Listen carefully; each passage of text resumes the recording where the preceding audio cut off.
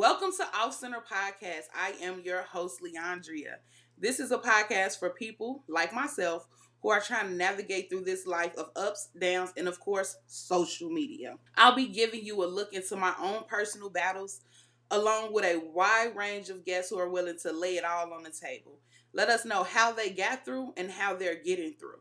So, join me every Saturday as we unpack issues, create community, and most importantly, keep it all the way real. So, right now, stop what you're doing and head over to Instagram, Facebook, and YouTube. Like and subscribe. You don't want to miss a beat.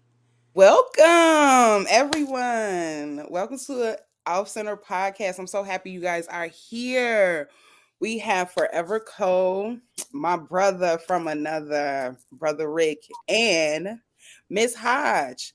And I'm just telling you right now that I love the bald head baddie because women need we rocking it all. The short, the long, the locks, the natural, everything. And I'm just loving to see it all. Welcome. So today we're talking about judging others. Now, I know I'm gonna be the first one to say when I heard the topic, I was thinking about, okay, are we talking about the screenshots that we send in the group chat? Or are we talking about those instances where people are judging us to the point of where we feel like we have to change who we are, what we're doing, and what we're about based upon what others' judgments are? It's an interesting question. I think when it comes to judging others, I think it's when it directly affects you, right? I mean, we have to be careful what we put in text messages and emails or whatever the case may be. We have to be careful because, according to scripture, we can read that there's an angel watching everything we do anyway. The judging others' judgment directly affects somebody. So I think that's more of what we're talking about when it directly affects somebody. So that's just what I think when I think, judging others. If they don't know how I feel, then they don't know that I'm judging them. That's a good point. I often think I I often think that sometimes when I use people judging me used to really get to me. It used to be something that bothered me because I just felt like I'm doing my best. I'm doing what I'm supposed to be doing. Like, what's the problem? But it also showed me that sometimes when people are judging you, it's based on their own insecurity of something that you may be possessing that they don't possess. Mm-hmm. And sometimes I have to look at judging others as in that form to keep me centered into what I know that I'm supposed to be doing and who I know that I am. I'll say this. When I heard the topic, I was like, oh Lord, what are we about to talk about? I was especially because I do have the podcast out and I was like, why would I be asked to talk about it, right? I think prejudgment is normal. I was actually having a conversation about this with my daughter recently, and we were just saying, well, she actually enlightened me because she was like, well, you're supposed to judge people initially, especially like if you're in a dark alley or you see somebody that looks creepy, but so I think we judge people naturally. I think it's like you said, Brother Rick, when it affects a person or makes a person feel bad. But I think also sometimes we feel that judgment. It could be an action, right? But sometimes we feel prejudgment because, like you said, our own insecurities and something that we may be feeling. Some people judge because they're insecure. Some people feel that they're being judged because they are insecure about themselves. I think that's an excellent point as well. And I also believe that judgment is a learned behavior, right? Because you can look at someone to see if they're safe or not. Because as a kid, right, you'll be like, is this person safe? You're taught if, strangers, things like that.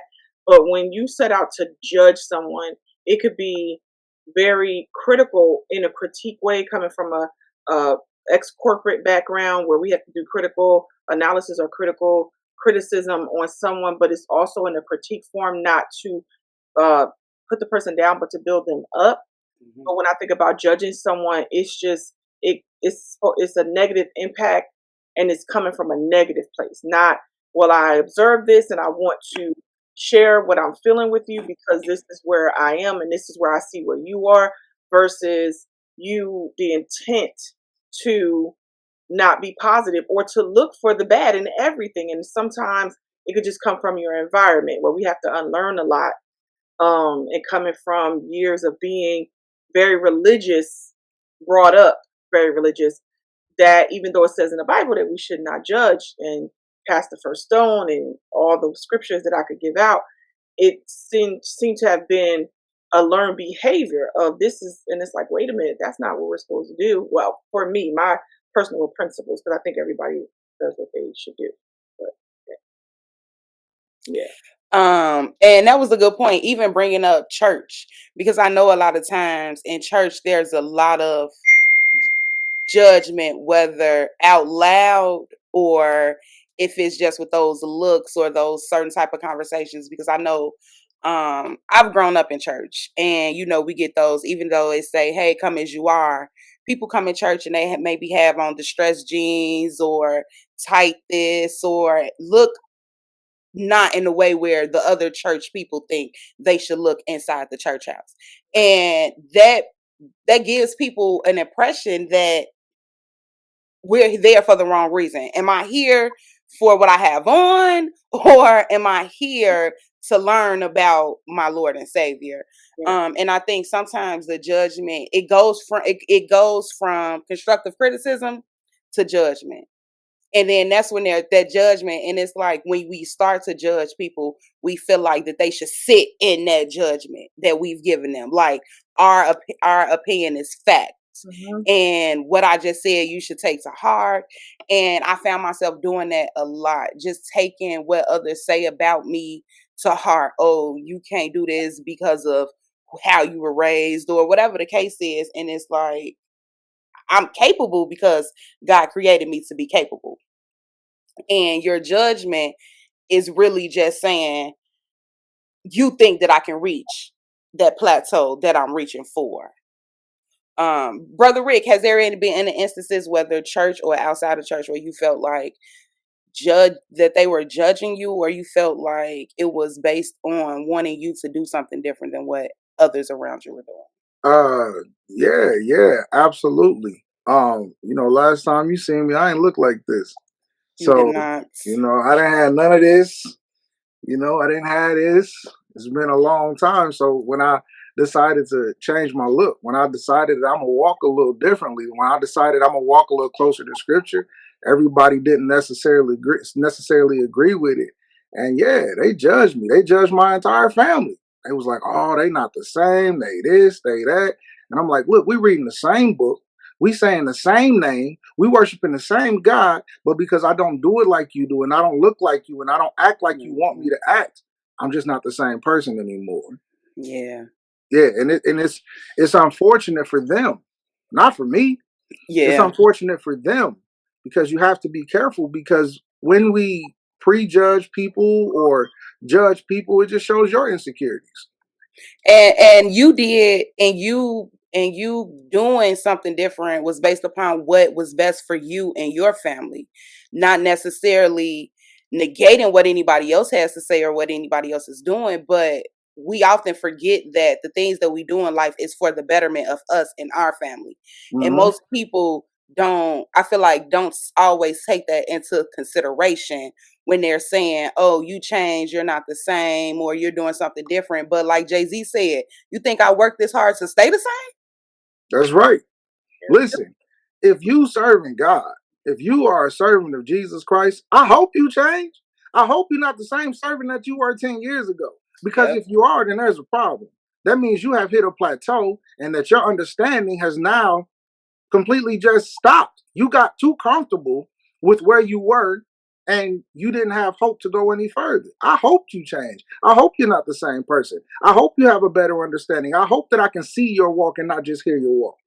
Okay, you listen. I didn't know we was coming to preach tonight, but I'm here You for can't put me it. on no podcast without I'm here for it. I'm here for it. Like, I work at an elementary school, and I often try to tell my older kids, stop talking about people all the time. You don't know what's going on with their household. You don't know what they're going through.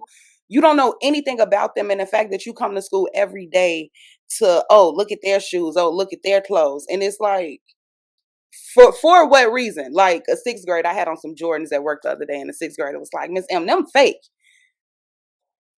And Brother Ricardo knows me. You ladies, you're gonna get to know, but I'm real, like, I'm fast with it. So when he said it, I'm like, even though he's in sixth grade, I'm like, okay, you how you gonna judge my shoes? Like, and he went as far as to say, we gonna think they fake until you show us the receipt. Y'all, and as an adult, and I'm like, in my head, I know my shoes real, but at that time, it was like, no, he didn't. You show him the receipt. No, I did not, because and then when he said it, the first thing out my and I'm tell the truth, Shane, the devil. I said to him, he said, Miss M, your shoes, your Jordan's fake. And I said, if my shoes fake, the purse your mama carrying is fake. You don't buy your own stuff, I buy my own stuff. So then after that comment, I was just like, you know what? Don't worry about it. I got something for y'all tomorrow. So the next day I wore a different pair of shoes. And so now they like, now it's the same kids. Oh, Miss M, what size shoes you wear those? You don't think these fake? Like, Jackie, you better be careful. Exactly. But it just goes to show you how even the slightest, as an adult, I let that sixth grader tell me my shoes being fake. It caught me off guard, and it made me want to kind of boss up, even though I know I'm the one in control of this situation. And that's how messed up judging is. It have you thinking crazy thoughts and doing crazy things.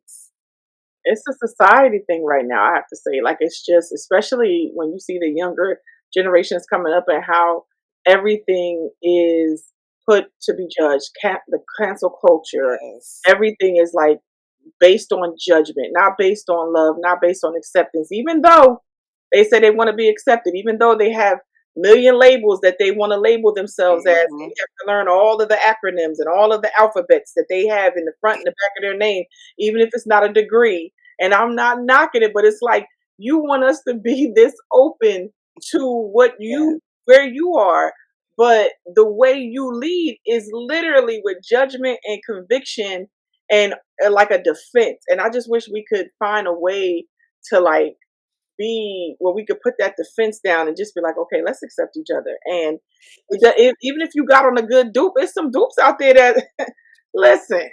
I'm just saying. That's awesome. I asked a friend of mine to get them for me. I'm not even gonna lie. I was like, oh, how much now? Overseas. People think I spend on this, so I'm gonna tell you, I judge myself harder than I allow other people to judge me. I am hypercritical of myself. Yeah. I did that podcast or whatever, right? And I was like, yeah, I'm down, let's do it, blah, blah, blah. And then I saw it on social media and I was like, oh no, they see me crying.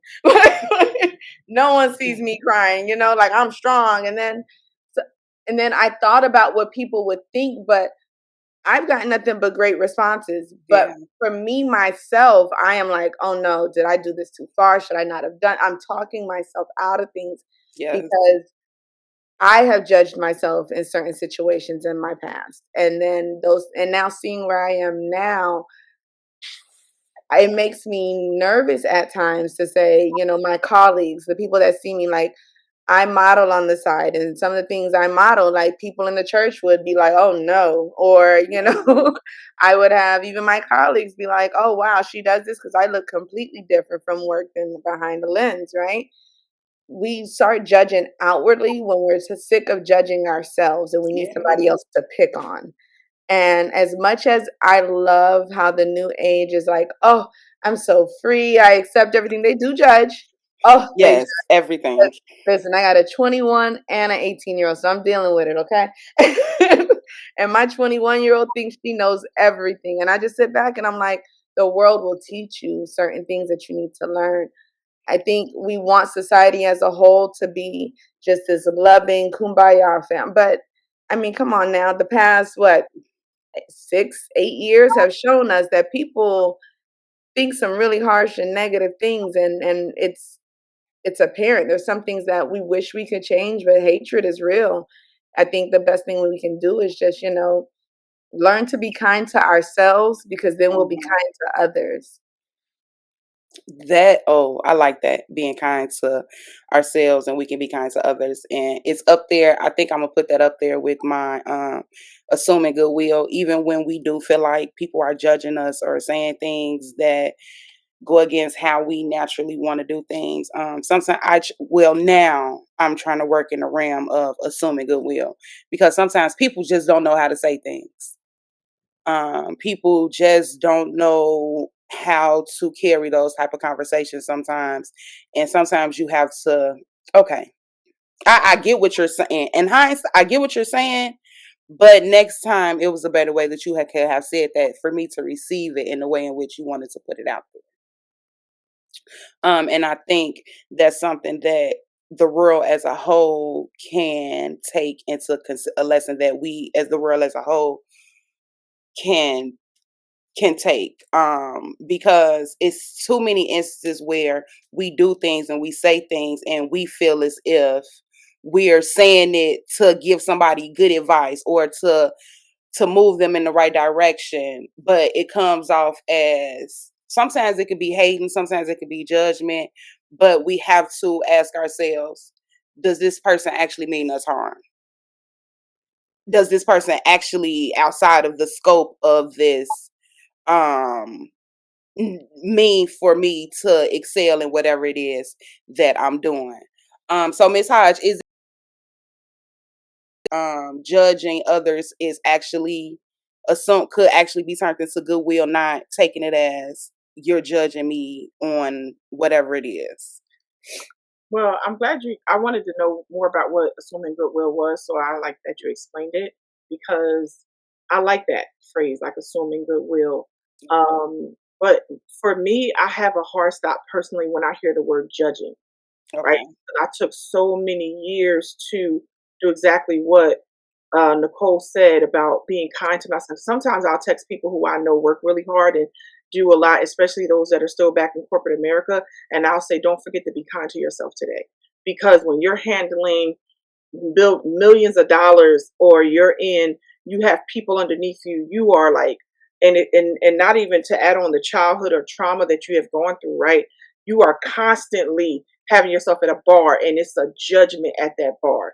So Yeah. for me, I stop at the word judgment, because when I hear it, I'm like, ooh, I don't want that in my space, because Yeah. like I get very kumbaya. So goodwill was like it drew to me. I was like, ooh, goodwill, this is good. I want to know what that means, because I'm like in that I'll go meditate, or I'm just in that, like even with having alopecia and shaving my head, I feel like I look like Hmm. Buddha. And so I'm just all the time like I just want to be centered and peaceful, right? Yeah. For me, because I I worked hard on getting in a space with all the things, and I'm in therapy every Wednesday morning. My therapist asked me today, like, why are you here? Why do you need me? You seem to be balancing everything. I said, because I'm also moving forward into a realm that I've never been in before. And I know that that old person could come in and say, ooh, let's tear this up, because Yes. you wasn't supposed to be here, because you were told that you weren't ish and you ain't never gonna be ish, right? So I was like, I stay here for accountability and balance. So for me, assuming goodwill is when I know I'm doing good towards someone. So if I know that judgment is cast, I can't equate goodwill into that. I have to find a way to say, okay, well, maybe I need to use my words differently to build this Yes. person up, but still letting them know, I would like for you to work on this. Or how can we work on this together? Because sometimes it is not just them, it's us. We got to work on it together, right? It's a thing. And so that's where, like for me, if I'm going to assume goodwill, even if I'm off, like I'm from the East Coast, I'm from New Jersey. I was Okay. in New York at one point, and people from Jersey used to be like, "There's no way you're from New Jersey," and she comes out sometimes. She does, and so I may have to go back and just say, "Can we revisit this conversation?" Because I need to apologize. But you know, Yeah. um, so that for me, I would just have to say, if I'm going to really assume goodwill, there has to be good that comes out of it and make the person feel good. Yeah. And I can control their emotions or how they respond, but if it doesn't build them up or help the situation, then it wasn't good for me. So I don't think I can't say I mastered it. Okay. Yeah. Like you got something to say, Brother Rick. So when I think of goodwill, I only think of one will, right? And that's the will of God. And that's good. When the young lawyer came to Jesus, he called him good master. And Jesus said, there's none good but one, right? And that is my Father in heaven. So when we think of, and this is my personal understanding of the goodwill, assuming goodwill. We understand that in order for us to understand or to get some type of knowledge on the will of God, it basically comes down to what did God tell you to do, right? It's real simple, right? If we understand what he told us to do and we operate within the realm of the things that he told us to do, then we can never be out of goodwill. It's really simple, right? A lot of times we like to complicate it, and a lot of people do this. And I'm not saying any of you are complicating it, right? I believe everybody on this podcast is doing exactly what they feel is best for them in their life right now, right? And I think we can all agree with that. Yeah. But this is just where I am, right? Especially as a preacher. When we are operating within the will of God, then we're always assuming goodwill.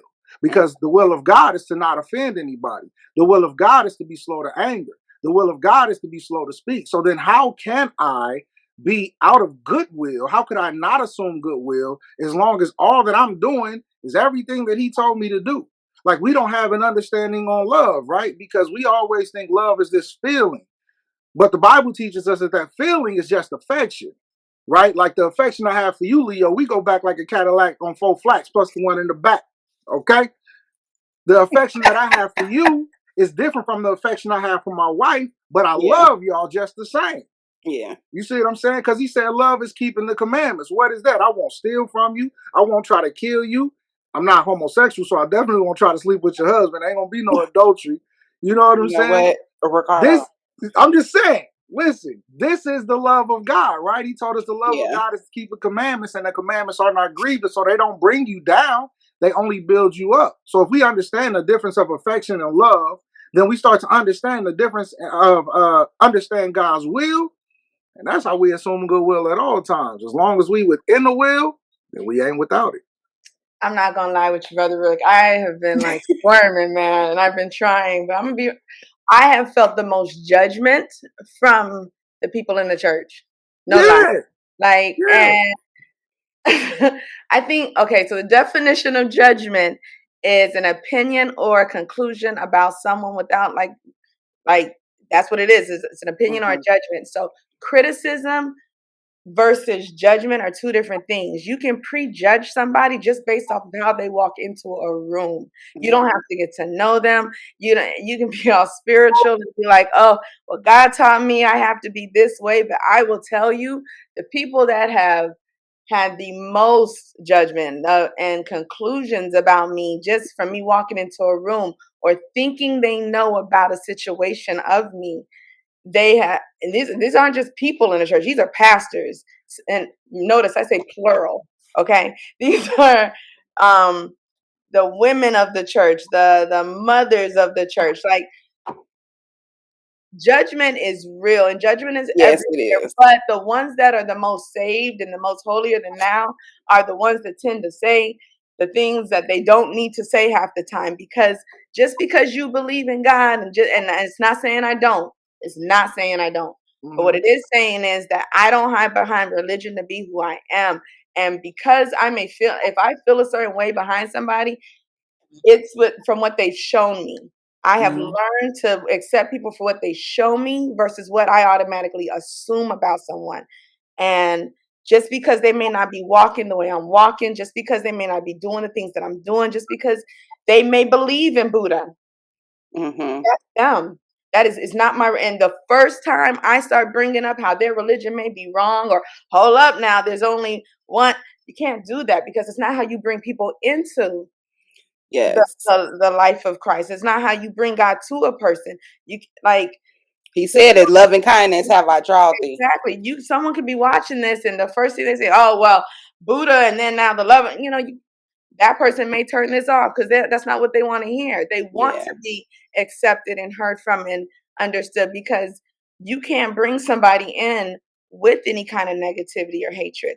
And whether you like it or not, sometimes making statements like that can bring it. Okay, we have to be careful, right? And the reason I say that is because, and I have to defend my testimony, right? Because that's my story. And if my story is revolved around everything that I found in the book and how it changed my life, that obviously that's what's going to come out. Just like the same with you, whatever your story is, whatever your testimony is, that's what's going to come out. And don't get me wrong, when I say what I say, I don't do it to offend anybody, though some people could take offense.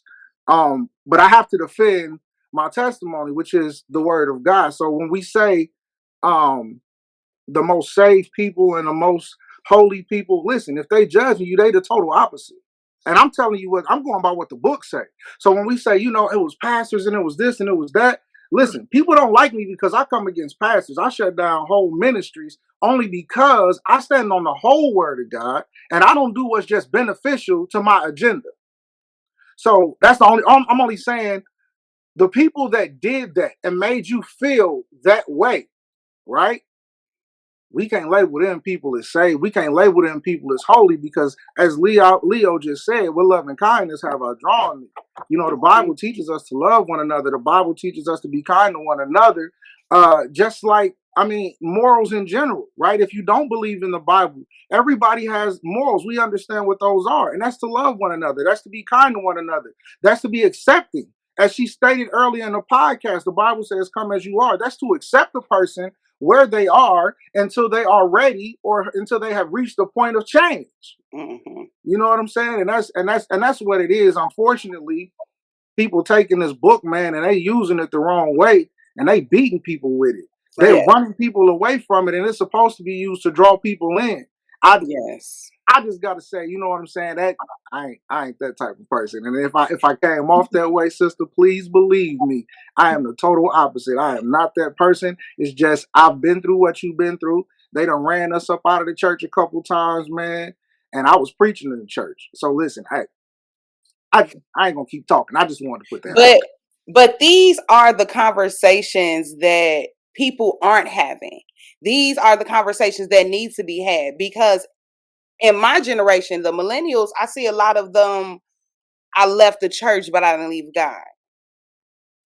And a lot of it is church hurt. A lot of it is church hurt. A lot of it is church judgment. And because we're having this conversation, I feel like we need to try to figure out what these resolutions look like, what that change looks like, because we know that our God accepted everybody. When he was on the cross, he said, forgive them, Father, for they know not what they do. He did not say, yeah, they were some murderers, they were some thieves, send them. No, he gave everybody opportunity to do something different and to change. And I think that's one of the reasons why my generation, the millennials, are kind of like, okay, what else y'all got other than telling me what I shouldn't have on, what I shouldn't be doing?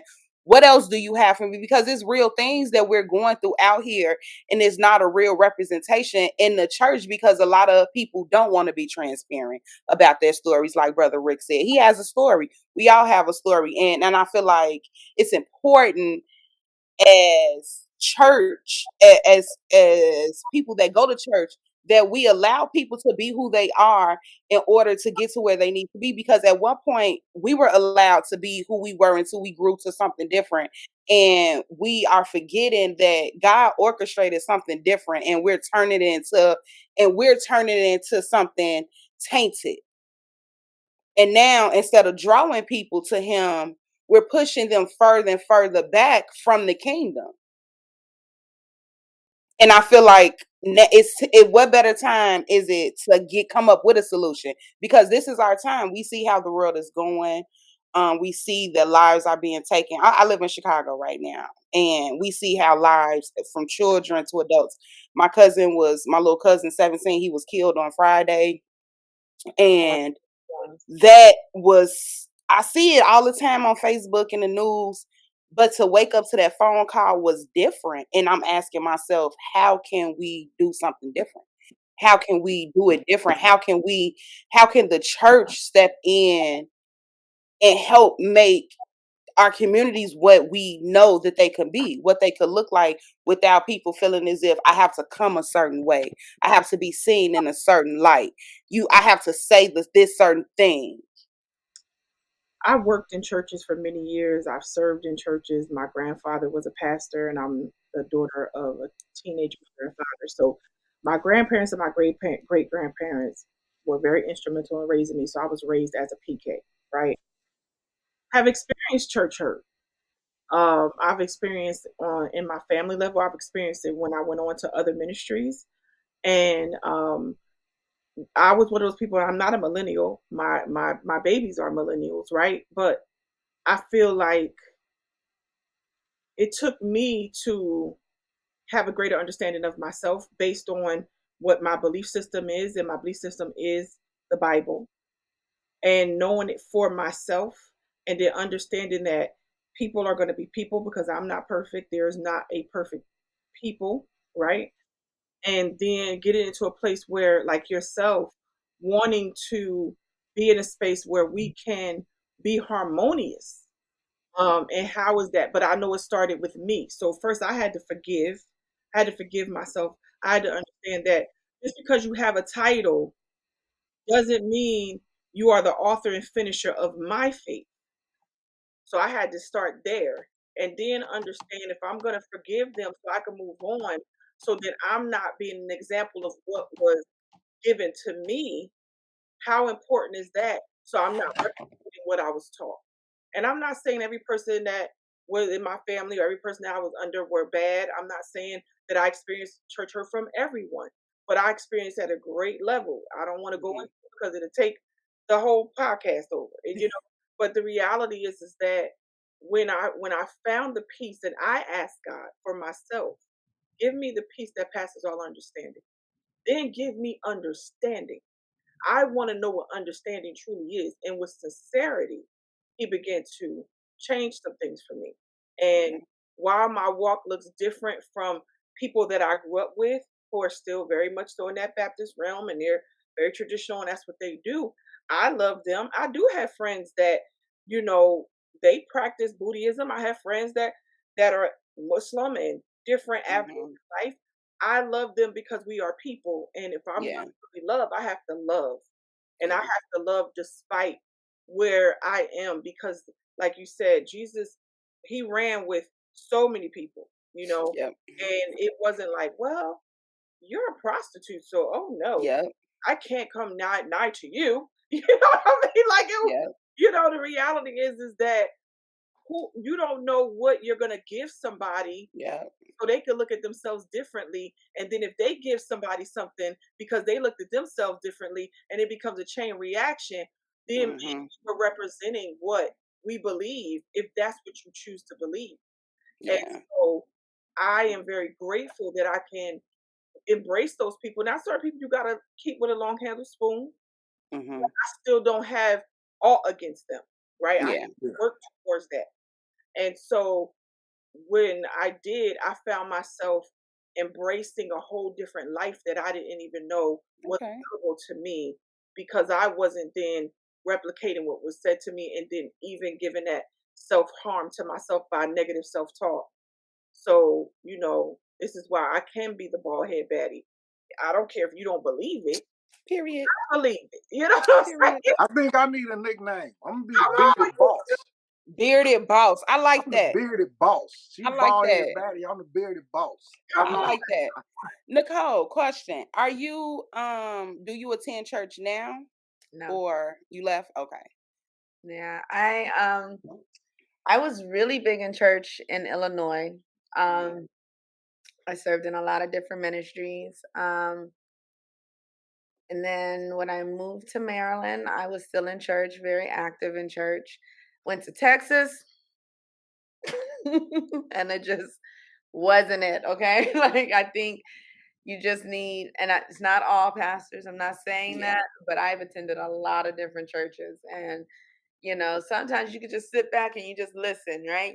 Just Yeah. literally go in there to just listen, right? Not everybody goes to listen. You go for the music, you go to socialize, to Pass commemorate, yourself. commemorate with others. You want to talk and do all that stuff. But when you go to just sit there and you listen, and then you hear a pastor talk about one thing and he's not getting the response that he wants, so he jumps to a good old faithful line, and you looking like this ain't have anything to do with this.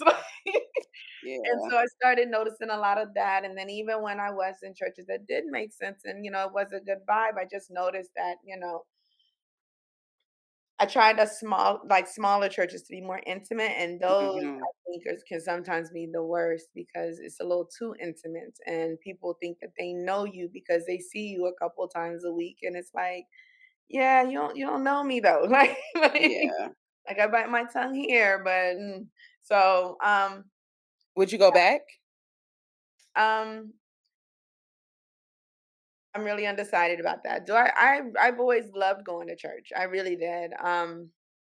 I, I think it's one of those things where right now I'm not feeling it. And because I travel for work to try and get into a community, it's kind of impossible for me. I have talked to my son because he is my youngest, Hmm. and I raised them in church. Yeah. For many years, up until maybe about 6 or 7, I actually stopped. And I was talking to him about it, and I'm like, do you miss church? Is it something you want to do? And he has said, voiced that he's interested in going back, but he's also interested in learning about other religions Yeah. because he wants to, make an informed decision over his Decision. life. And I'm one of those parents. I agree with it. I'm like, you do what's best for you, not what you've been taught is best for you. Um, I have a mm, question real quick. What about online church? I don't know. I've never even thought about it, to be honest with you. Hmm. It's never even really occurred to me. I just I mean, it's an option until you want to go back into an environment because you are the church. mhm. So, what about attending an online service just to get fed if that is something That's a good that point. you desire? That's something I would really be open to. And y'all can pass along any that you think are really good. I'm welcome to Hey, I like got an attend. awesome one. Every I Friday will. night at 7:30. Listen, we got an awesome class. All right, send me And that's the I'm glad. It makes me sad that you feel that way because I've belonged to 3 churches in my life. And all 3 of the churches that I attended was became family. Even the church that I'm at now, I've been at this church since I was a kid. And our motto is the church where everyone is family. And it's a small church. And I like small churches because I want to feel like I have a connection to my leader, to the people around me. And even though my leader is my grandfather, it's kind of like, but over the years, it became that way because of the love that he has for his church and for his members. So it just became, and then when I moved to Bloomington, I went to church and they became a family. I can't I can't say that I really have experienced the church hurt, but I know it's real because I've known, even at my church, I have family members, and my cousin got pregnant, and she was an adult, but people put her on this pedestal like she couldn't do anything. And, you hear people, walking past saying certain things, but it's like for me and us, it's like, who are you to place judgment on anybody? First of all, second of all, if God has forgiven her, who are we not to? And who are we to we often put people on these pedestals, and and it's like they fell from grace. But it's like, who asked to be on these pedestals because I'm the pastor's granddaughter, or I'm the pastor's daughter, or I'm related to somebody high in the church, that now we're on these pedestals, and when we fall, it's kind of like, close the doors. They didn't messed up. And it's like, no. And it goes, and I like it because it just shows you that we often do make mistakes sometimes, but we need to be loved just as much during our mistakes as we need to be loved during the times where we feel like we're doing everything right and we're perfect with everything. And so that makes me sad. But I do when we finish, I do want to give you the link to my church because we do have church online on Sundays. And I feel like the ministers that one thing I love about my ministers in my church is that they always find themselves back at the drawing board trying to figure out what is it that we need to draw people? What do we need to do? What do we need to talk about? What topics are out there? What are people going through? What do people need to hear? So they're always petitioning God and preaching, and they're transparent about the things that they've been through and where they've come from and where they're going and where they are now. So it's unfortunate that we have churches out here that don't really understand what God has sent them to do, because even in fellowship in church, even after the preaching is done, the fellowship one with another, with your brothers and your sisters, that's uplifting and encouraging, and it just all goes hand in hand.